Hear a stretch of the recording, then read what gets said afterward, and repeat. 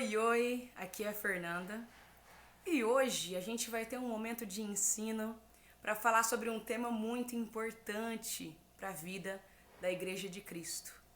O tema que a gente vai conversar a respeito hoje é pertencendo a Deus. Você sabia? Sabia que você pertence a Deus?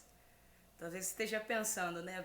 Como assim eu pertenço a Deus? Ou talvez outros estejam pensando assim, eu já sabia disso. Mas a verdade é que o que a Bíblia vai trazer pra gente hoje sobre isso é muito valioso. Vamos lá então? Deixa eu pegar meu café aqui já. Vamos lá. Enquanto isso, eu vou pedir para vocês irem abrindo a Bíblia de vocês lá em Tito. Abra lá no livro de Tito pra gente.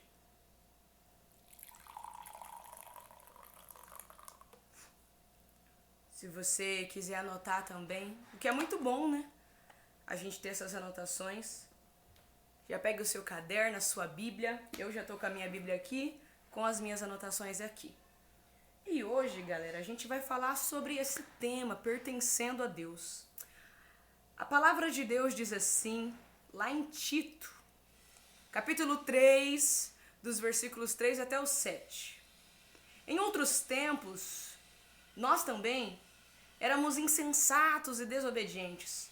Nós vivíamos no engano e nos tornamos escravos de muitas paixões e prazeres.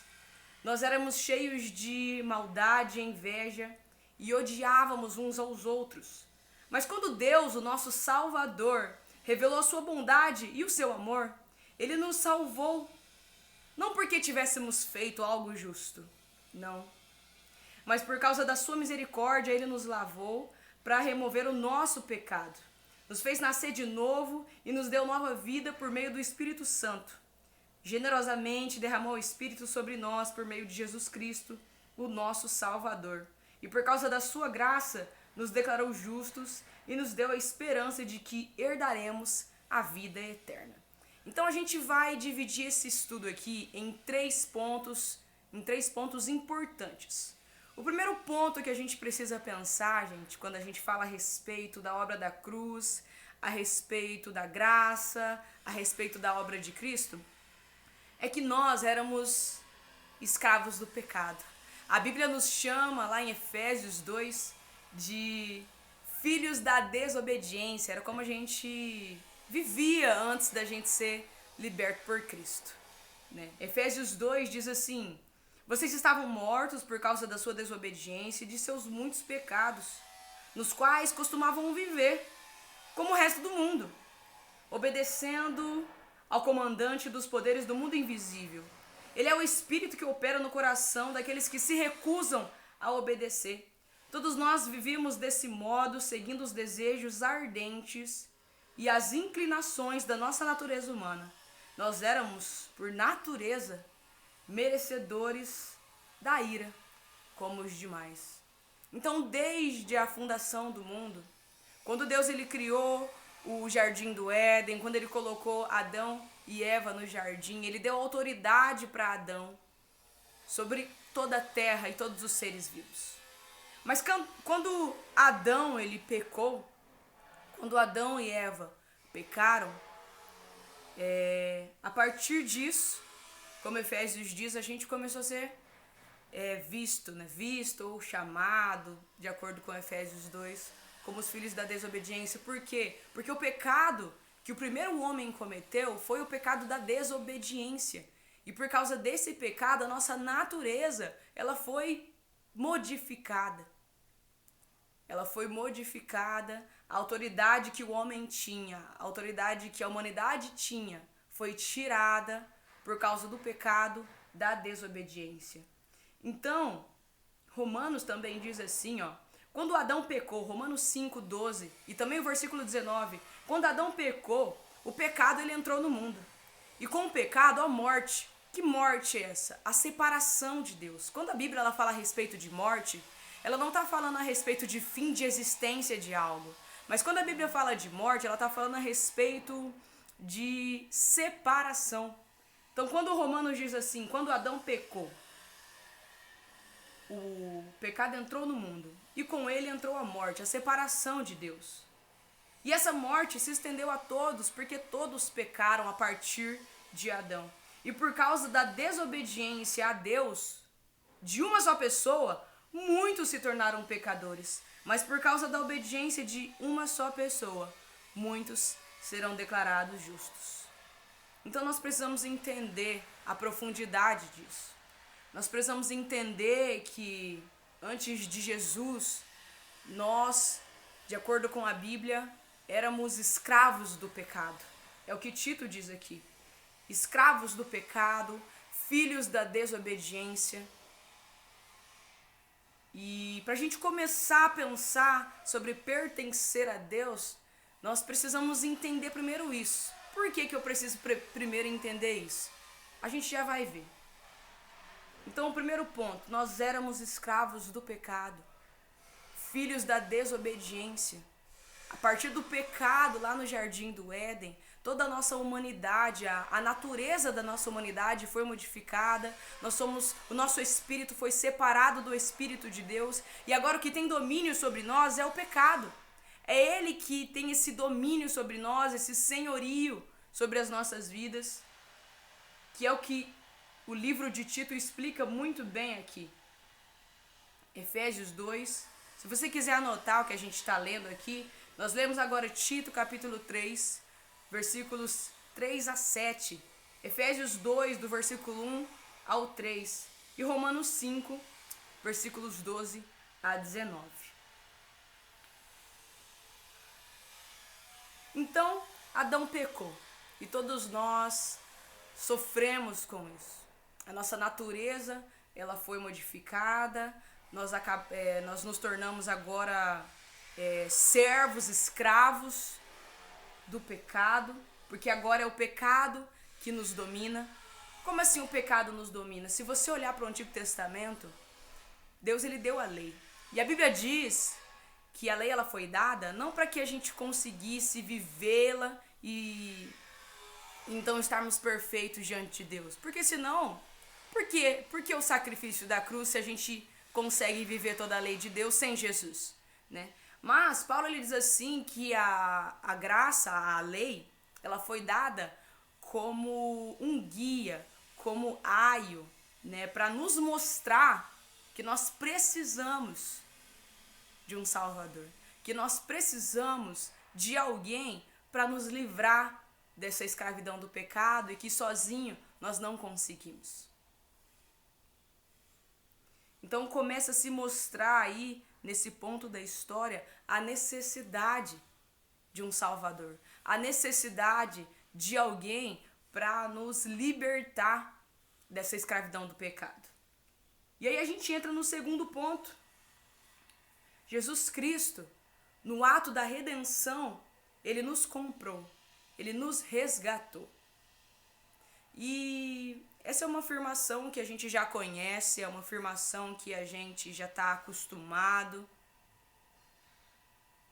Mas muitas coisas na Bíblia que às vezes na nossa vida cristã a gente já está acostumado a ouvir, a repetir, tem um significado diferente quando a gente olha mais profundamente essas coisas. É por isso que o estudo da palavra aprofundado é tão importante. Porque às vezes a gente repete as coisas, né? Ah, não, Jesus nos comprou com alto preço, nós éramos escravos do pecado, e nananá.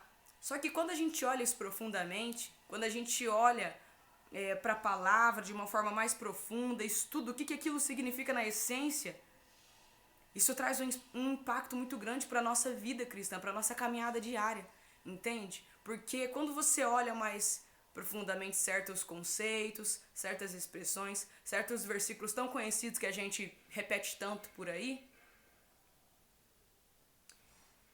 isso nos dá uma consciência maior, sabe? Nos dá uma consciência mais profunda.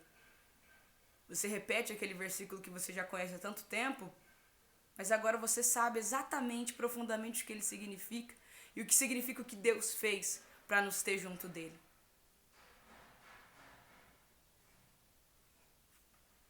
Então, a partir desse primeiro ponto, onde nós éramos os escravos do pecado, dominados pelo pecado, nós precisávamos de alguém para nos livrar, para nos libertar disso. Entra Jesus, entra a obra da cruz.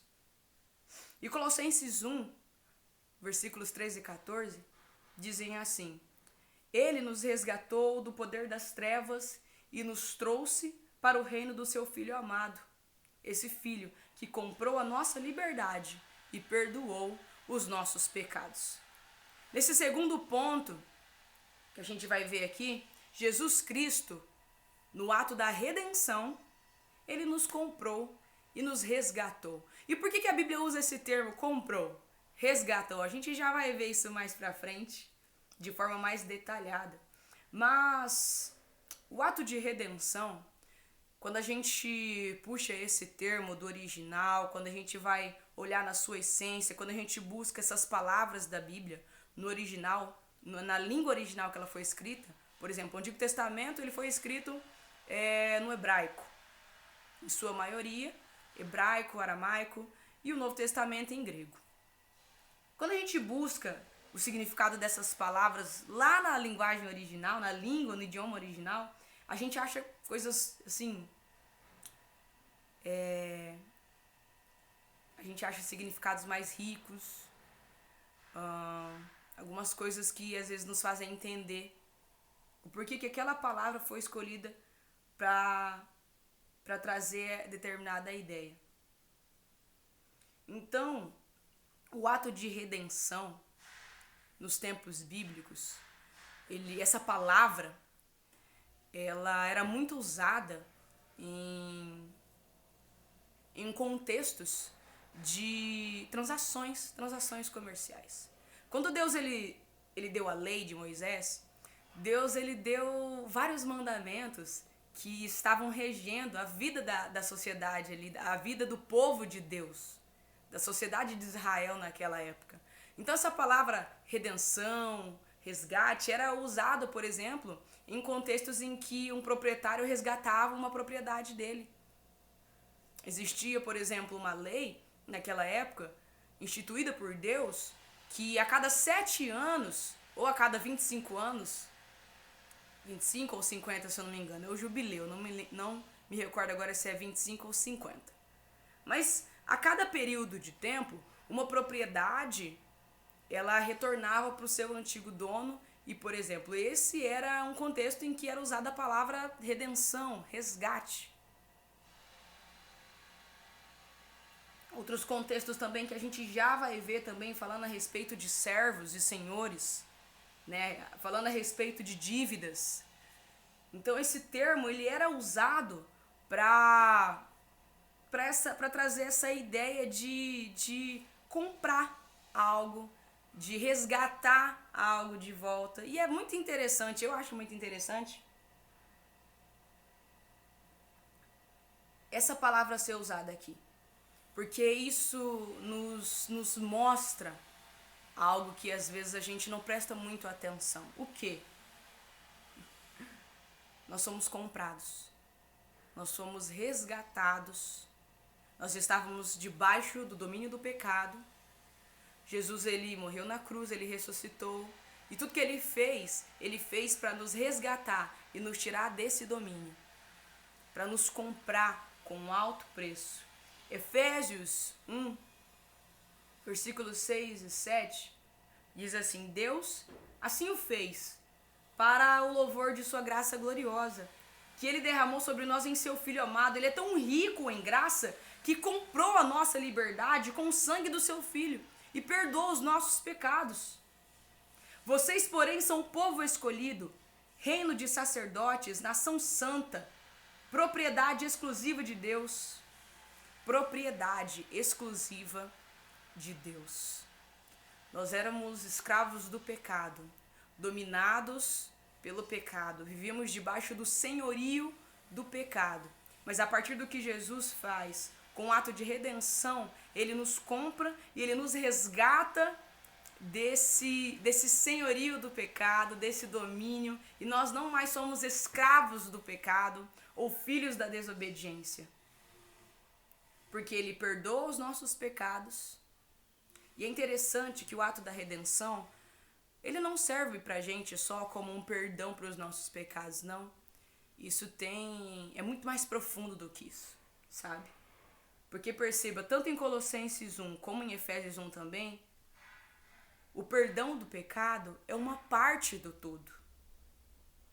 Porque Colossenses 1,14 diz que ele comprou a nossa liberdade, ou seja, nós não éramos livres. Nós estávamos aprisionados pelo pecado. Esses dias eu ouvi uma afirmação muito interessante.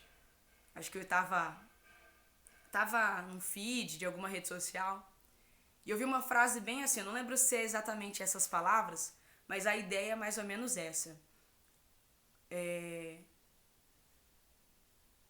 Estar preso ao pecado, né? Você só percebe o quanto você está preso no pecado e o quanto você é escravo do pecado quando você tenta sair dele. E eu fiquei com essa frase, eu tô com essa frase na cabeça, ó, vários dias.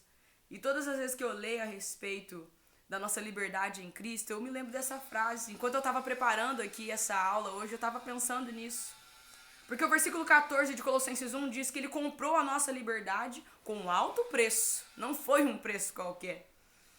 E perdoou os nossos pecados. E Efésios 1 diz a mesma coisa. Que por causa da sua graça, ele comprou a nossa liberdade com o sangue do seu Filho e perdoou os nossos pecados. Então 1 Pedro 2,9 diz isso que eu acabei de ler aqui. Vocês, porém, são povo escolhido, reino de sacerdotes, nação santa, nação separada, o significado de santo, propriedade exclusiva de Deus. Então nós estávamos sob domínio do pecado, Jesus ele veio e com um ato de redenção, através da redenção, ele nos comprou para ele. E agora nós somos propriedade exclusiva de Deus. Você pertence a Deus. Só que, nesse contexto que a gente vive hoje, com toda a história que a gente já viu, não só a história da Bíblia, mas a história do mundo também, normalmente, às vezes, a gente tem uma primeira impressão não muito boa quando a gente ouve algo como assim, você pertence a fulano, você pertence a ciclano, né? Quando a gente pensa a respeito da escravidão, tudo que a gente já conhece a respeito desse tema no nosso contexto de mundo, então a gente tem um olhar assim não tão positivo, entende? E a gente vai entender já como que isso impacta na nossa caminhada com Cristo. Como que isso impacta na nossa vida com Deus. Mas antes, vamos continuar olhando o que a Bíblia diz a respeito disso. Porque 1 Coríntios 6,20 diz assim, vocês não pertencem a si mesmos, pois vocês foram comprados por alto preço. Portanto, honrem a Deus com o seu corpo.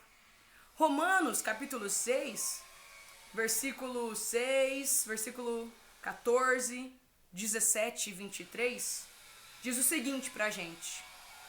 Sabemos que a nossa velha natureza foi crucificada com Cristo, para que o pecado não tivesse mais poder sobre a nossa vida e dele deixássemos de ser escravos. Olha só a redenção aí novamente. A gente estava sob o domínio do pecado, agora não estamos mais sobre esse domínio, ele não é mais o nosso Senhor. Não somos mais escravos do pecado, somos escravos de Cristo, somos servos de Cristo, somos propriedade exclusiva de Deus. O pecado não é mais o seu Senhor, pois vocês já não vivem sob a lei, mas vocês vivem sobre a graça de Deus.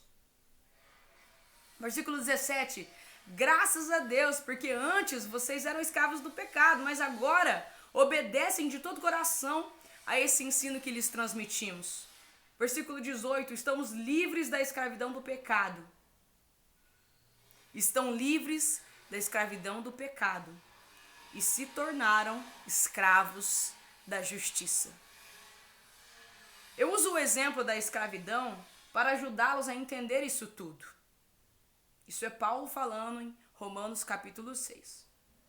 Eu uso o exemplo da escravidão para ajudá-los a entender tudo isso, pois a sua natureza humana é fraca. No passado, vocês se deixaram escravizar pela impureza e pela maldade, o que os fez afundar ainda mais no pecado. Agora, devem se entregar como escravos a uma vida de justiça, para que se tornem santos. Quando vocês eram escravos do pecado, estavam livres da obrigação de fazer o que é certo. E qual foi o resultado disso? Hoje vocês se envergonham das coisas que costumavam fazer, coisas que acabam em morte. Agora, porém, estão livres do poder do pecado e se tornaram escravos de Deus. Fazem aquilo que conduz à santidade e resulta numa vida eterna. Pois o salário do pecado é a morte, mas o presente de Deus, a dádiva de Deus, é a vida eterna em Cristo Jesus, o nosso Senhor. Amém? Esse texto aqui de Romanos 6, ele explica muita coisa pra gente. Nós éramos escravos do pecado, mas o texto de Romanos 6 agora nos traz como escravos da justiça, escravos de Deus. E nesse momento aqui é muito importante a gente olhar para essa palavra escravo, porque quando a Bíblia traz essa palavra, em sua grande maioria, não são em todas as vezes, mas na sua grande maioria das vezes, quando a Bíblia traz a palavra escravos, no original hebraico essa palavra é doulos. E o que significa a palavra doulos? Escravo, servo. Aquele que pertence a alguém.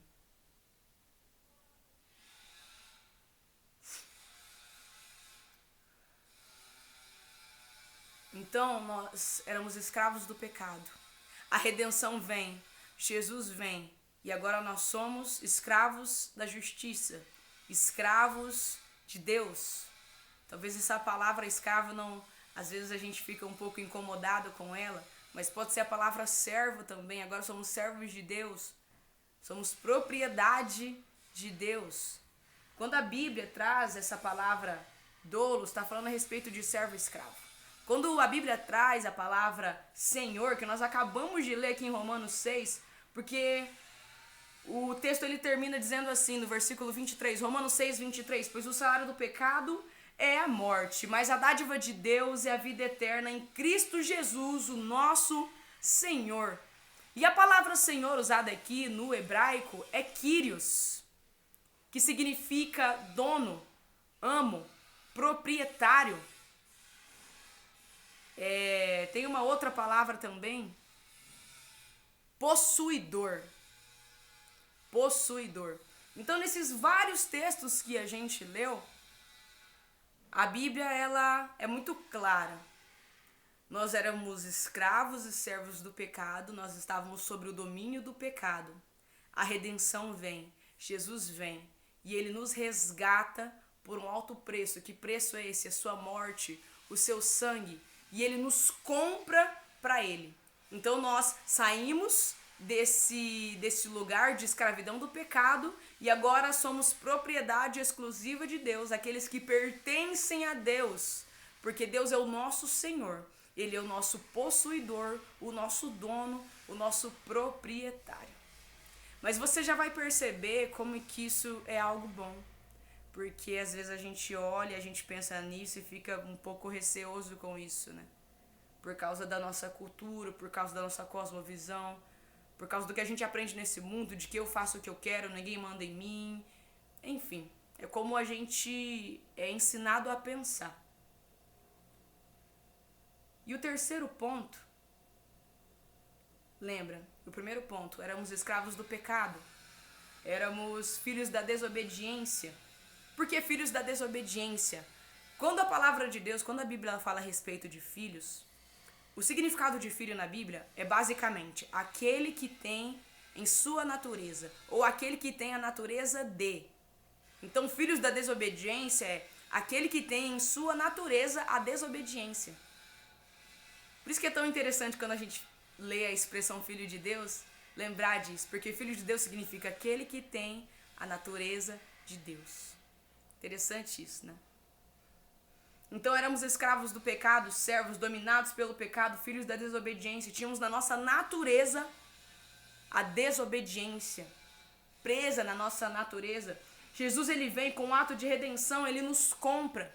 Ele nos faz santos, separados para Deus, propriedade de Deus. Agora nós temos um dono e não é mais o pecado. Nós temos um Senhor e não é mais o pecado. Agora é Jesus, é Deus, é o nosso proprietário, o nosso dono, o nosso Senhor, o nosso Pai, o nosso possuidor.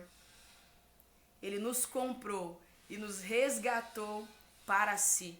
E eu gosto muito do texto de Efésios, capítulo 1, que fala de uma forma muito bonita sobre isso. Eu não anotei ele aqui, mas eu quero ler junto com vocês agora Efésios 1, porque eu acho tão bonito. É tão lindo, é um dos meus textos assim favoritos. Olha o que Efésios capítulo 1 vai dizer. Todo louvor seja dado a Deus, o Pai do nosso Senhor. Perceba, gente, perceba que a Bíblia, ela o tempo todo está ali reforçando o senhorio de Cristo. E ele continua dizendo assim: Pai de nosso Senhor Jesus Cristo, que nos abençoa em Cristo com todas as bênçãos espirituais nos domínios celestiais. Mesmo antes de criar o mundo, Deus nos amou e nos escolheu em Cristo para sermos santos, sem culpa diante dele. Ele nos predestinou para si, para nos adotar como filhos por meio de Jesus, conforme o bom propósito da sua vontade. Ele é tão rico em graça que comprou a nossa liberdade com o sangue do seu Filho e perdoou os nossos pecados, generosamente derramou sua graça sobre nós e com ela toda sabedoria e entendimento. Aleluia. Agora Deus nos revelou sua vontade secreta a respeito de Cristo, isso é, o cumprimento do seu bom propósito. E o plano é esse: no devido tempo ele reunirá sob a autoridade de Cristo tudo que existe no céu e na terra. E além disso, em Cristo nós nos tornamos herdeiros de Deus. Eu gosto muito desse texto, porque Efésios 1, tanto o capítulo 1 quanto o 2 e o 3 também fala muito a respeito da nossa identidade em Deus. E a nossa maior identidade é ser filho de Deus. Quero abrir esse parênteses aqui, porque a nossa identidade, ela não está ligada a nada do que a gente faz. Ela não está ligada a nada do que a gente é bom em fazer, ou a nossa profissão. Não, a nossa maior identidade é que nós somos filhos de Deus. Somos herdeiros com Cristo, somos propriedade exclusiva de Deus, nós pertencemos a Deus. Então ele nos resgatou e nos adotou como filhos. E Gálatas 4 fala, né? Por isso nós clamamos Abba, Pai, porque somos dele agora. E o terceiro ponto, que é o que a gente mais vai conversar um pouco mais a respeito, é que a partir de tudo isso, a partir da obra de Cristo na cruz, a partir da redenção, Cristo ele se torna o nosso Salvador e Senhor. E nós nos tornamos filhos, servos e herdeiros. São palavras que a Bíblia usa para nos definir dentro da nova aliança. Atos 10:36 diz assim: essa é a mensagem do Evangelho para o povo de Israel. A paz com Deus, por meio de Jesus, que é o Senhor de tudo, que é o Senhor de todos. Romanos 10:9 diz: se você declara com a sua boca que Jesus é o Senhor e crê em seu coração que Deus o ressuscitou, você será salvo. Romanos 14:7 diz: por isso, Cristo morreu e ressuscitou, para ser Senhor, tanto de vivos como de mortos. O que esses textos aqui nos ensinam, principalmente Romanos 10:9, é que a salvação, a vida com Deus, a caminhada com Deus, ela não existe sem que a gente reconheça o senhorio de Cristo. Olha só, Romanos 10:9, se você declara com a sua boca que Jesus é Senhor, sabe o que é interessante aqui? É que o texto ele não fala assim, se você declarar com a sua boca que Jesus é Salvador. Senhor é a palavra. E eu li esses 3 versículos aqui, a gente vai ler outros também, e você vai ver que em todos eles, a palavra mais usada não é a palavra Salvador, é a palavra Senhor. Ah, mas Fer, você está invalidando então Jesus como Salvador? Não. Eu estou reforçando aqui. Sabe por quê? Eu estou reforçando porque muitas vezes a gente é muito receptivo.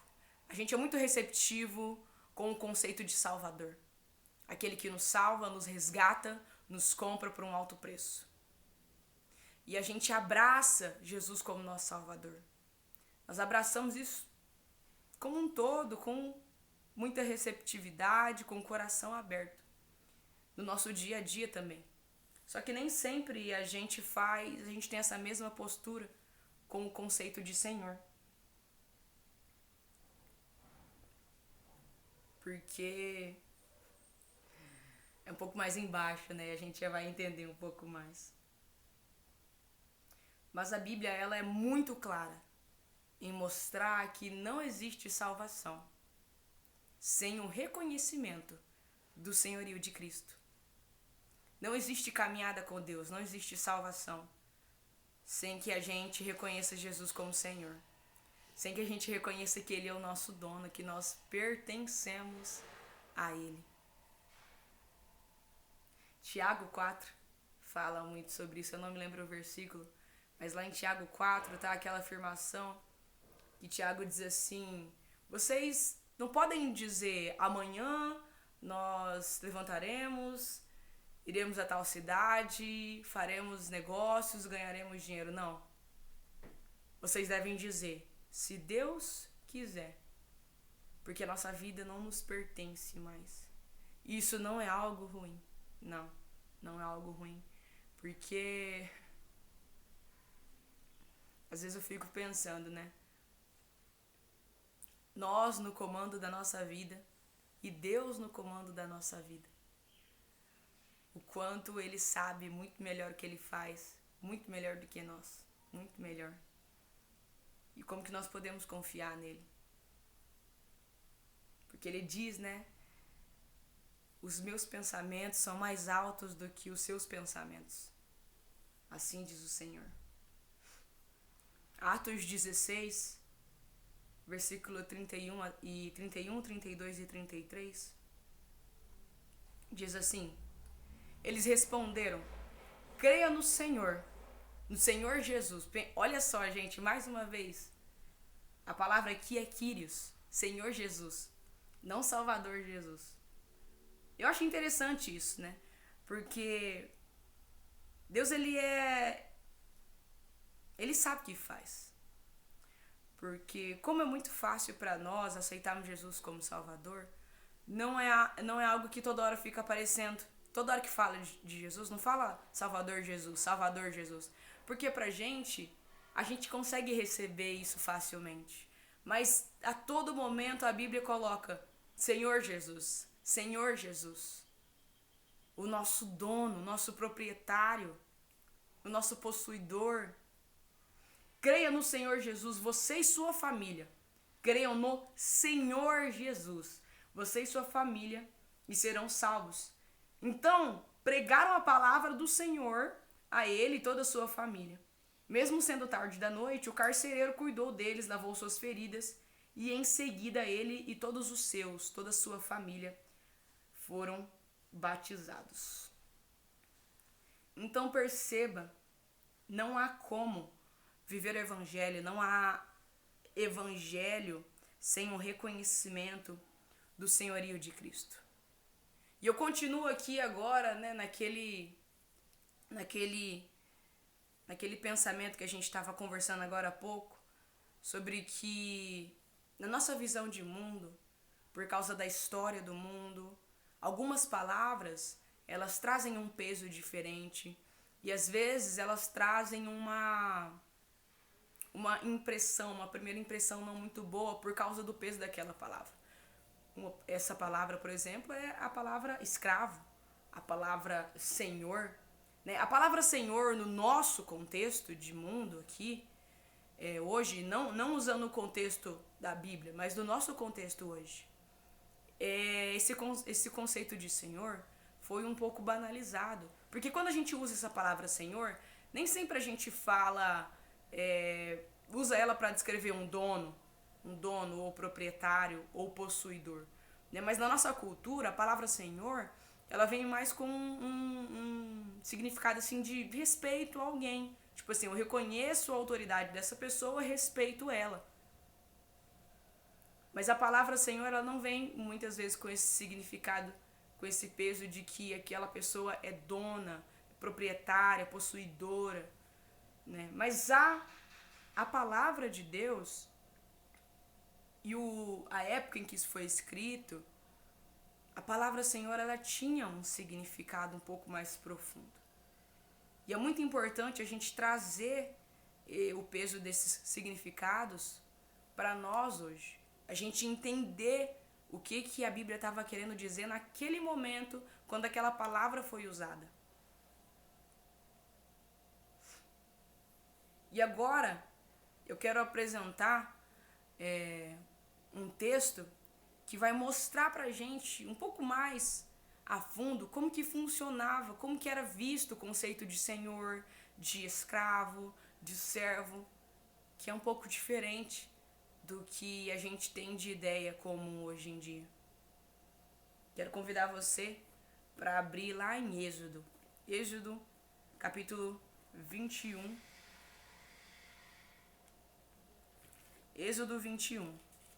A gente vai ler a partir do versículo 1. Êxodo 21,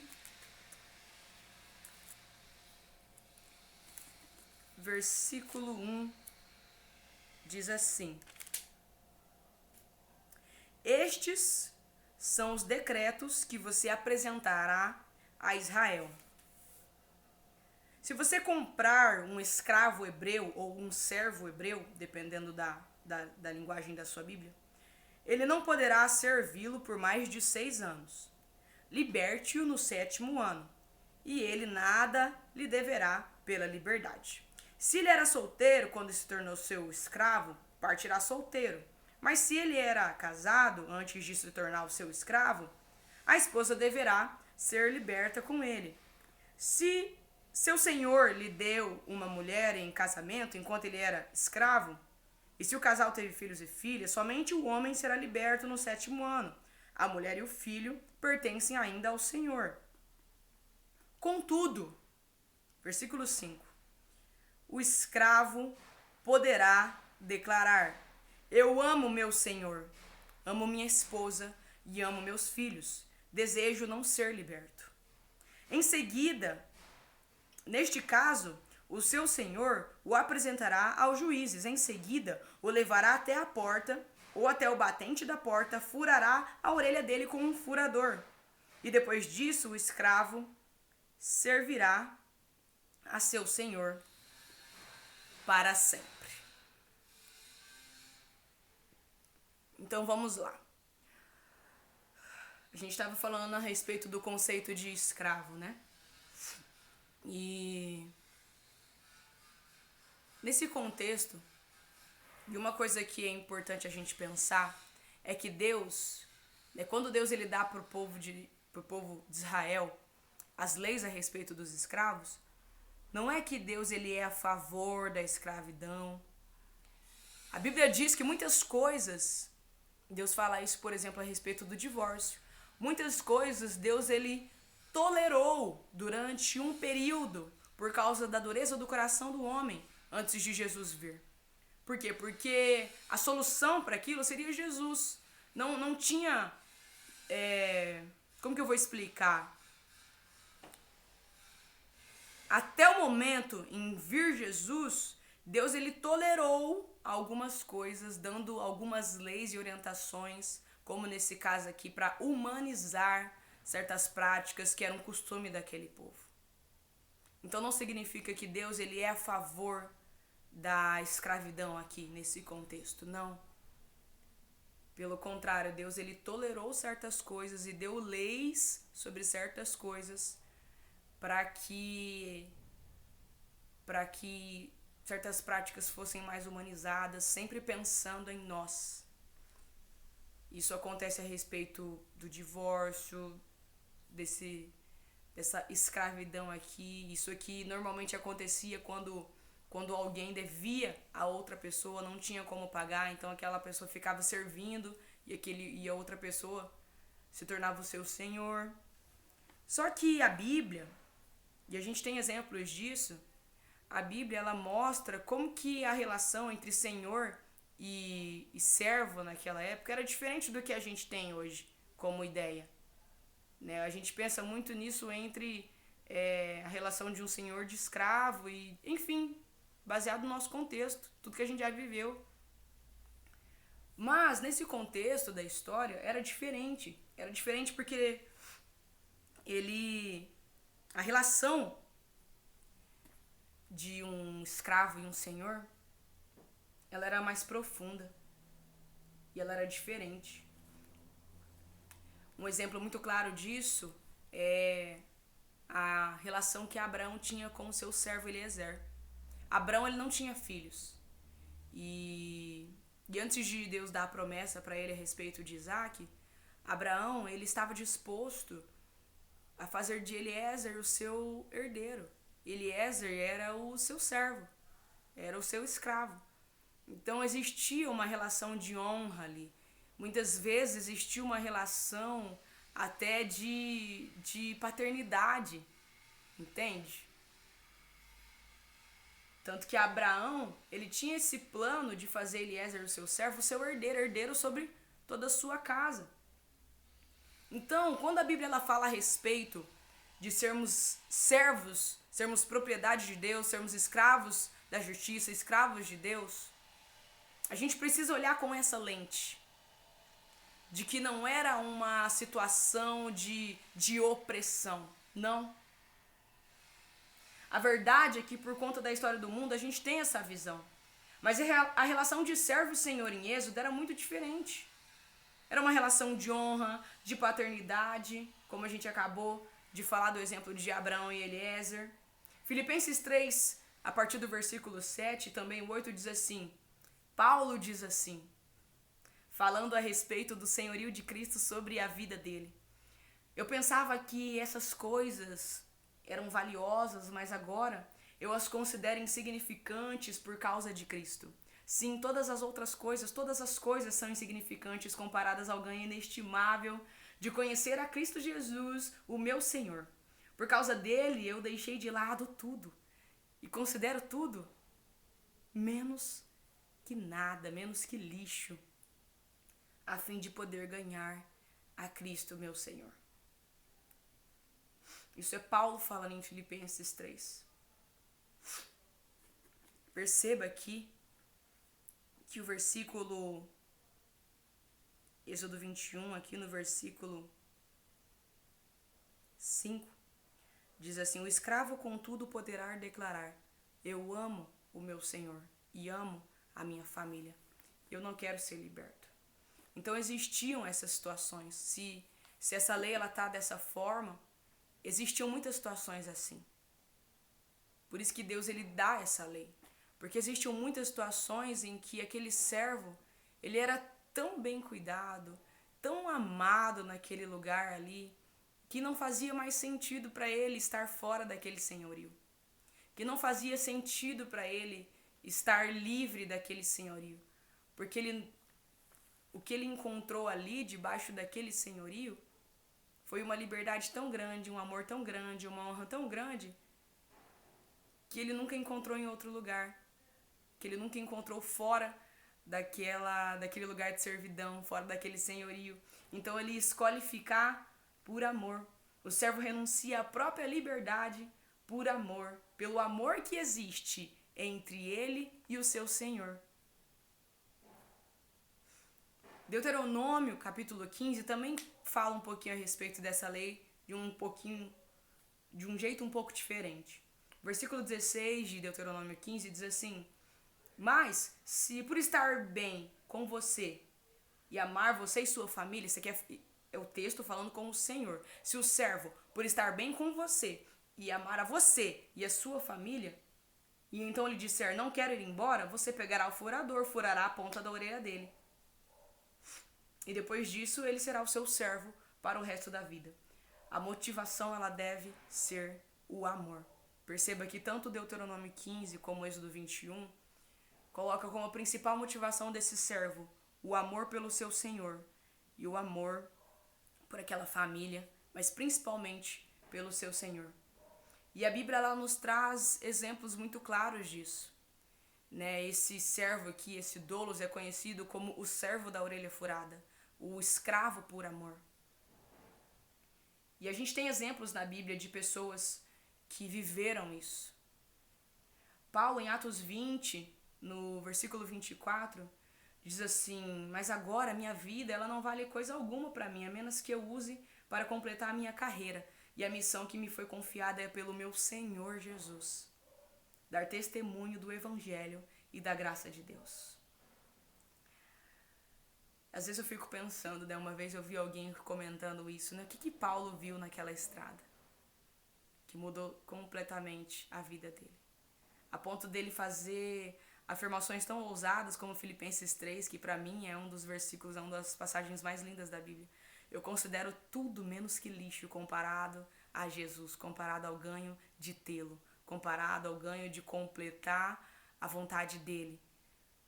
Davi também é muito intenso falando sobre isso em Salmos 40, a partir do versículo 6 até o 8.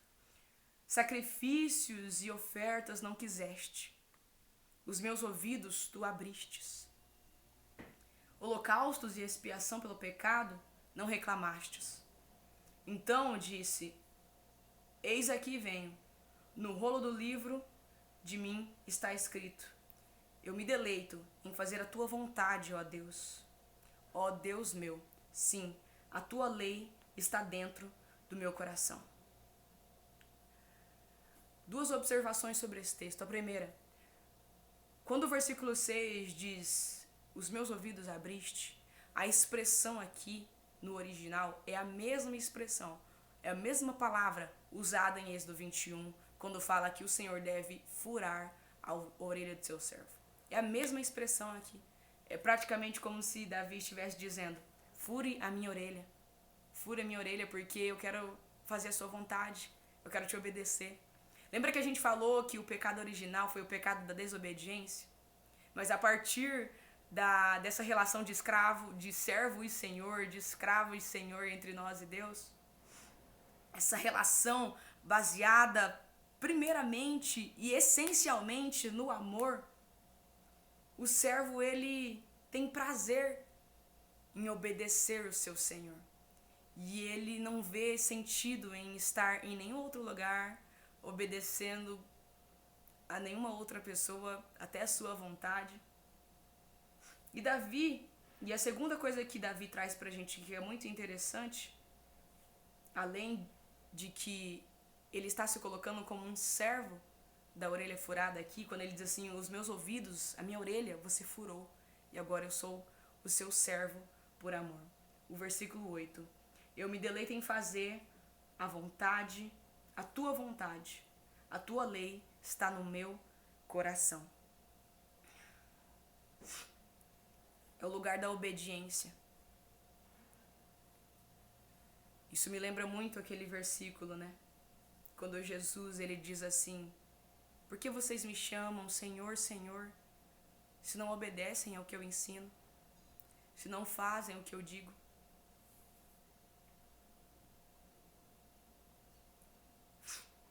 Paulo vai falar mais um pouco intensamente a respeito desse amor, que é a principal motivação para viver como propriedade de Deus, pertencendo a Deus. Romanos capítulo 8 diz assim, a partir do versículo 36, como dizem as Escrituras, por causa de ti enfrentamos a morte todos os dias. Que morte é essa? É a renúncia da nossa vontade. A renúncia da nossa própria vontade. Somos como ovelhas levadas ao matadouro. O que ele está dizendo? Por causa de ti, a gente abre mão da nossa vontade, porque você é o nosso Senhor. E eu estou convencido de que nem a morte, nem a vida, nem anjos, nem demônios, nem o que existe hoje, nem o que virá no futuro, nem poderes, nem altura, nem profundidade, nada em toda a criação poderá nos separar do amor de Deus que está em Cristo Jesus, o nosso Senhor.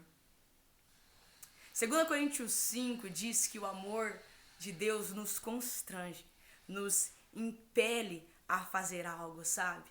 Nos constrange de uma forma assim, nós nunca conhecemos um amor como esse.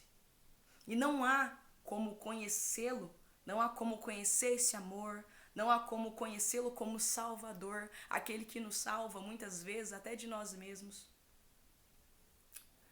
Conhecer esse amor e não se render a esse Senhor. É o que Davi está dizendo, é o que Paulo está dizendo.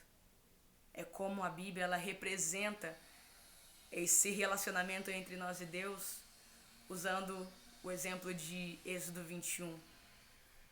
O servo por amor. Quando vivemos esse senhorio, nós entendemos que não existe uma entrega, uma rendição que não seja honrada por Deus. Porque perceba que a Bíblia, ela não nos coloca apenas como escravos de Deus, mas ela fala de nós como servos de Deus, escravos de Deus, filhos de Deus e herdeiros. Lembra da relação entre Abraão e Eliezer? Em que Abraão ele tinha o seu servo e ele reconhecia e ele amava aquele servo a ponto de fazê-lo seu herdeiro, a ponto de adotá-lo como filho.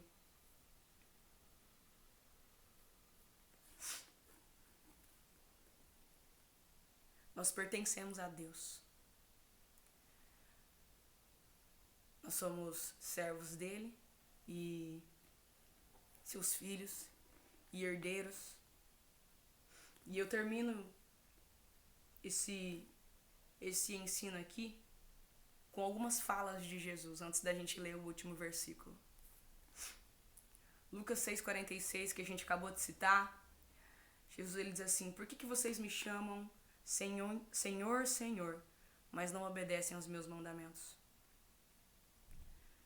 João 14,15 diz assim: se vocês me amam, obedeçam aos meus mandamentos.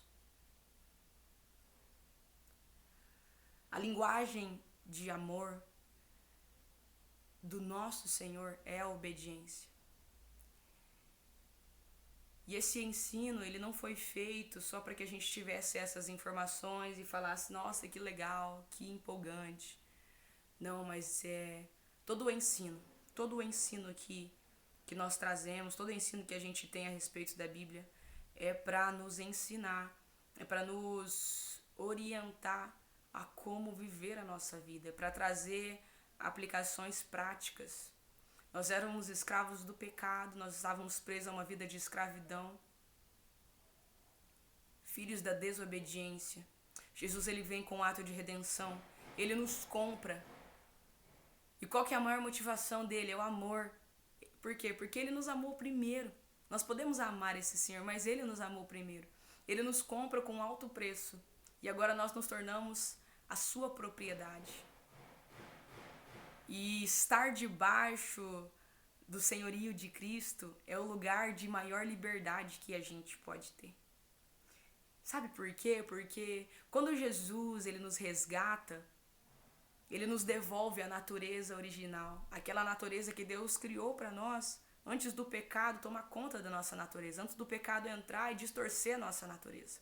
Então, quando Jesus ele vem e ele faz o que ele faz na cruz, e toda a obra da cruz, e toda a nova aliança, junto com a graça, que é um poder capacitador, transformador na nossa vida, nós voltamos a ser como Deus nos criou para ser, sem o pecado.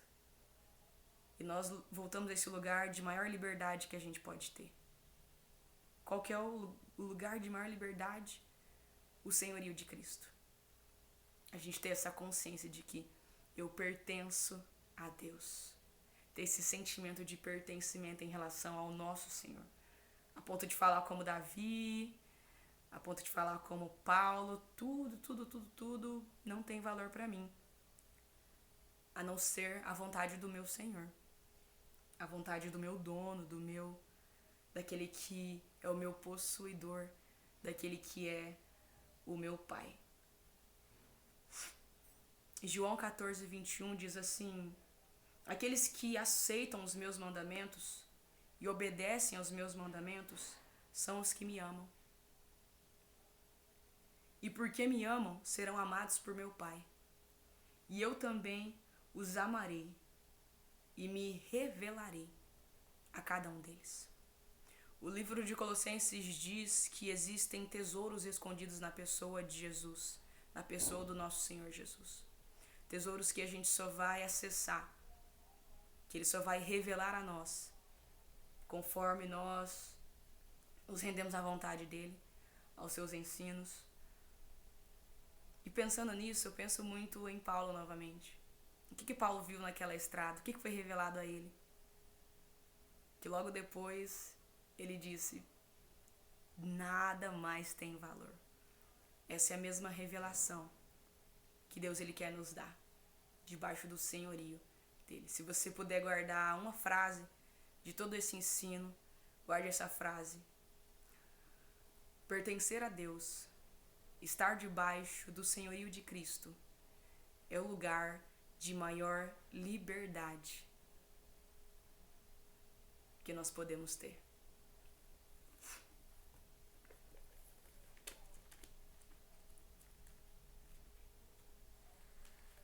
Gálatas.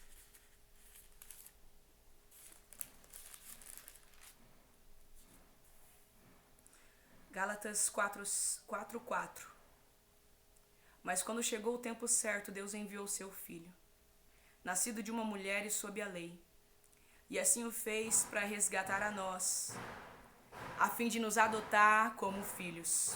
E porque somos seus filhos, Deus enviou ao nosso coração o Espírito de seu Filho. E por meio dele nós clamamos: Abba, Pai. Agora, você é não mais escravo do pecado, mas agora escravo de Deus, filho de Deus. E uma vez que é filho, se tornou também um herdeiro dele. Amém? Amém. Eu espero que esse ensino tenha te abençoado.